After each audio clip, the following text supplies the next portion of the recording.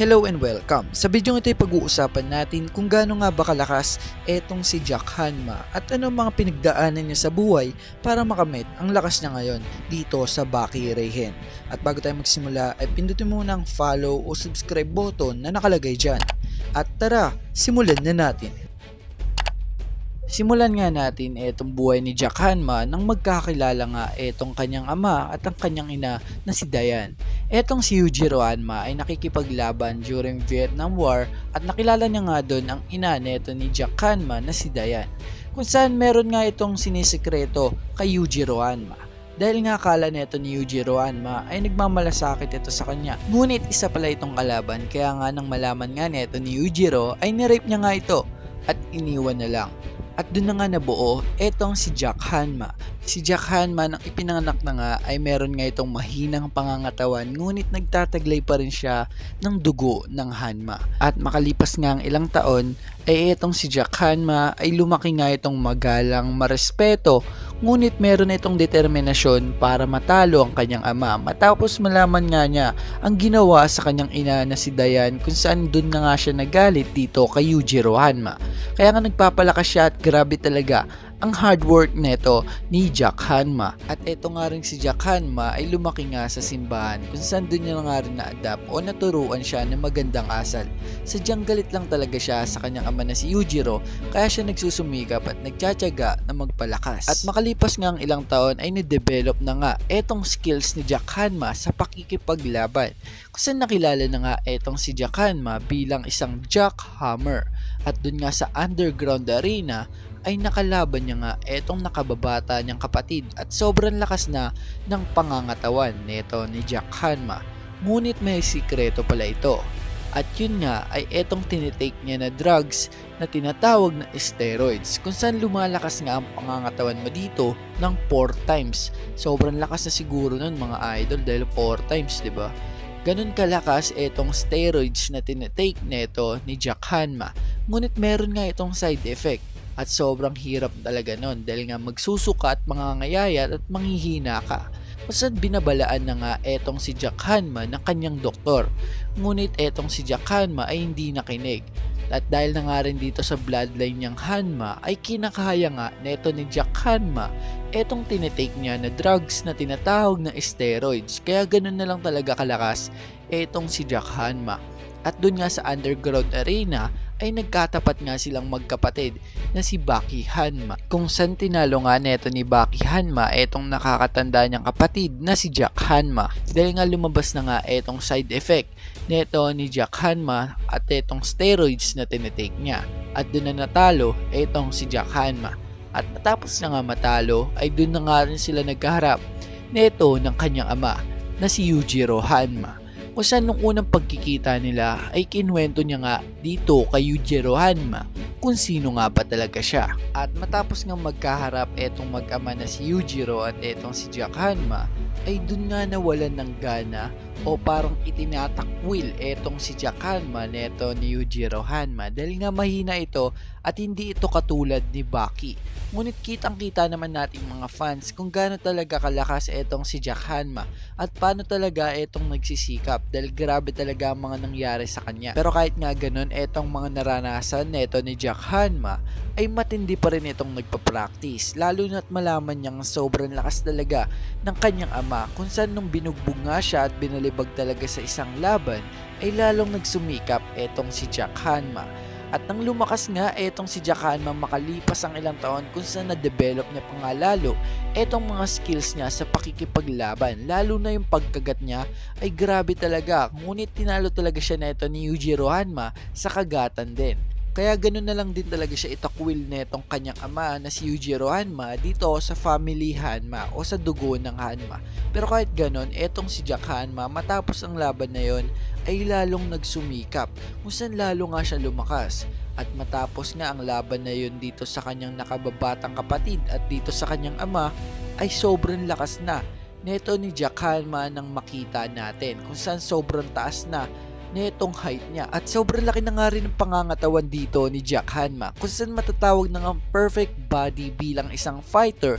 Etong naging katawan ni Jack Hanma matapos ang laban niya dito sa kanyang ama at dito sa kanyang nakababatang kapatid na si Bucky Hanma. At sobrang dami na rin talagang na-develop dito sa pakikipaglaban niya. Tulad na lang ng kanyang pagkagat, pagsipa at pagsuntok ay sobrang lalakas na talaga.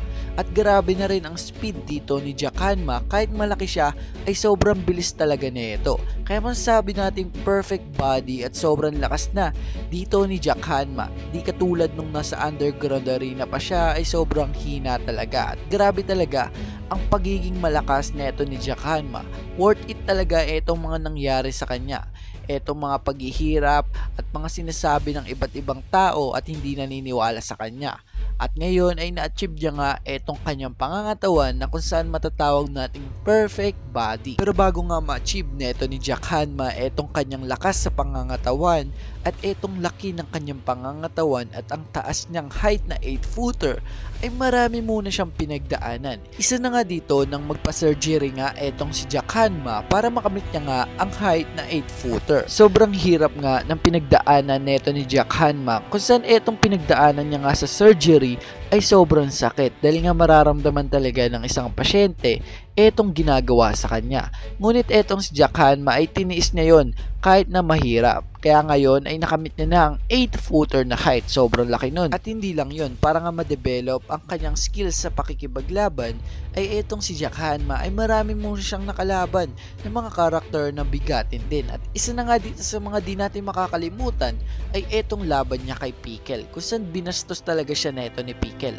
Alam naman natin na may laban etong si Jack Hanma, o para sabihin na lang natin pumalag siya, ngunit overpower talaga etong si Pickle, kung saan nilambitin pa nga siya neto. At isa pa nga dito nang tinanggalan nga siya ng balat dito sa kanyang bibig, kung saan sobrang nakakahiya talaga dito kay Jack Hanma nang maglaplapan nga sila. Hindi, joke lang, nagkagatan kasi. At dun nga sa pakikipaglaban niya kay Pickle ay natalo nga etong si Jack Hanma. Pero kahit papano ay nabilib pa rin talaga ako dito kay Jack Hanma dahil nakita natin kung gaano siya kalakas at nakapalag pa rin siya dito sa sinaunang tao. At matapos nga ang laban niya kay Pickle, etong si Jack Hanma ay nagpalit na ng ngipin. At ito yung tinatawag na titanium teeth. At sobrang tibay at sobrang lakas din nito.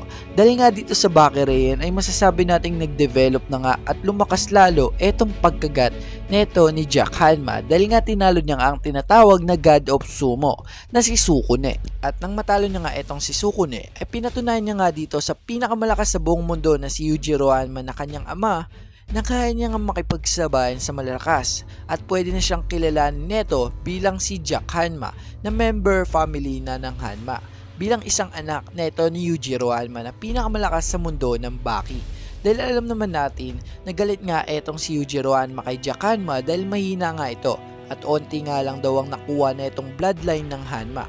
Pero ngayon ay pinatunayan nga neto ni Jack Hanma dahil nga tinalo niya nga ang tinatawag na God of Sumo. At alam naman natin na etong si Jack Hanma ay sobrang nainggit dito sa laban ni Yujiro at neto ni Baki, kung saan umiyak pa nga siya neto. Pero alam nyo ba, dito sa chapter 8 ng Bakirayan ay matutupad na nga o natupad na nga etong pangarap neto ni Jack Hanma. Kung gusto nyo nga panoorin ng full review ay ilalagay ko lang sa description ng link. Anyway, balik tayo sa ating topic. Bakit nga ba natupad na etong pangarap ni Jack Hanma? Dahil nga kinilala na nga siya neto ng kanyang ama na si Yujiro matapos nga lang magkita at magkausap neto. Dahil nga kinompliment nga siya neto ni Yujiro Hanma at natuwa naman etong si Jack Hanma sa mga sinasabi ng kanyang ama na si Yujiro Hanma dahil nga bago nga ito at first time nga itong nangyari sa kanyang buhay. At eto namang si Yujiro Hanma ay kinikilala nga siya bilang pinakamalakas kumagat sa buong mundo ng Baki series. At eto namang si Jack Hanma ay napangiti nga at masasabi kong malapit na nga silang maglaban o magtuos neto ng kanyang ama. Grabe talaga etong si Jack Hanma, from weak to overpower. Masasabi natin eto nga ang definition ng sipag at tiyaga. Dahil nga alam naman natin ng first appearance niya ay sobrang hina talaga neto ni Jack Hanma. Pero ngayon, tada, overpowered na at masasabi natin kaya nang sumabay dito sa kanyang ama na pinakamalakas na creature sa buong mundo. So hanggang dito na nga lang muna ang storya neto ni Jack Hanma. Abang-abang na nga lang tayo dito sa mga ilalabas na chapter ng Baki Reihen. Kung gusto mo nga mga ganitong reviews about dito sa Baki, ay siguraduhin mo munang pindutin ang like o subscribe button at notification bell para lagi kang updated sa anumang anime reviews about dito sa Baki series. At bago tayo magtapos ay shoutout pala muna sa kanila. Maraming salamat sa pagsuporta sa ating YouTube channel at sa pag-comment na rin sa ating video. At kung gusto mo nga rin ma-shoutout sa ating next video ay siguraduhin mo muna mag-comment ka at mag-subscribe sa ating YouTube channel o sa ating latest video. Hanggang dito na lang mga idol. Peace out and Merry Christmas. Ingat kayo lagi. Don't touch him!